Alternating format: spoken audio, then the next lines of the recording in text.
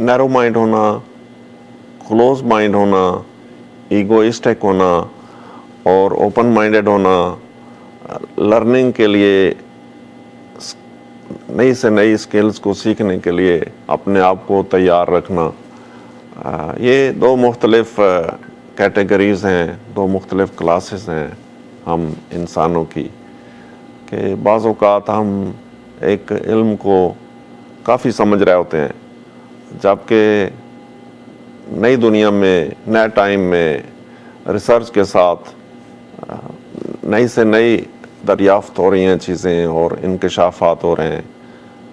तो ज़िंदगी के मानी ही बदलते जा रहे हैं। ऐसे ऐसे इंकशाफात होते हैं कि जैसे ये देखें, डाक का पूरा निज़ाम चेंज हो गया।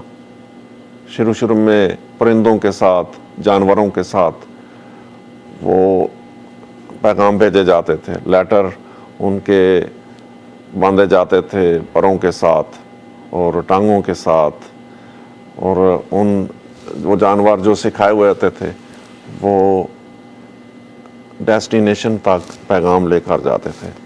फिर डाक का निज़ाम आया, फिर उसके बाद ईमेल का सिस्टम आया, फिर व्हाट्सएप, और अब उससे भी ज़्यादा फास्ट चीज़ें इस्तेमाल में आ रही हैं।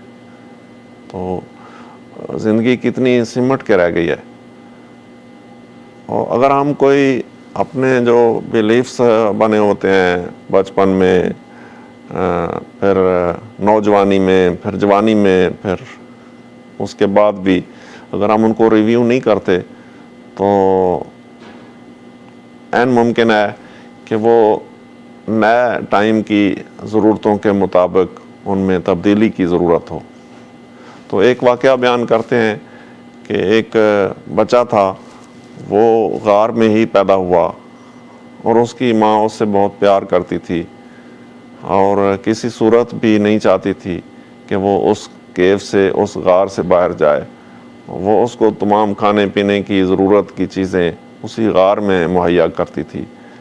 और वो बच्चा जब इसरार करता था, ज़िद करता था कि मुझे बाहर जाने की इजाज़त क्यों नहीं है, तो वो डराती थी कि बाहर अच्छे हालात नहीं हैं, बाहर ख़तरात हैं।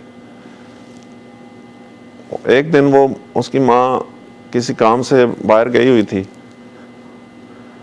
तो उसने देखा कि गार में एक बहुत बड़ा अजदहा, सांप आ गया।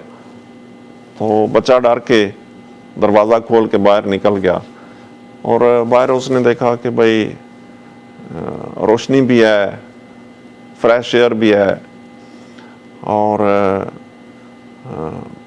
बाहर का तो मंजर ही बहुत दिल को अच्छा लगने वाला है, जबकि उस गार के अंदर अंधेरा था, बदबू थी और एक लिमिटेड सा एक माहौल था।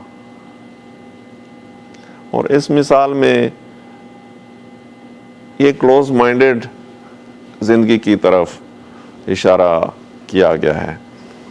और जो ओपन माइंड चीज़ें हैं, जो लोग आखिरी दम तक अपना मुताला करते रहते हैं, सीखते रहते हैं और अपनी ज़िंदगी को एजाइल रखते हैं, मोबाइल रखते हैं और उसको ग्रो होने देते हैं, अपने दिमाग को और अपनी सलाहियतों को, उसकी तरफ इशारा है ये जो केव से बाहर की ज़िंदगी के बारे में बताया गया है।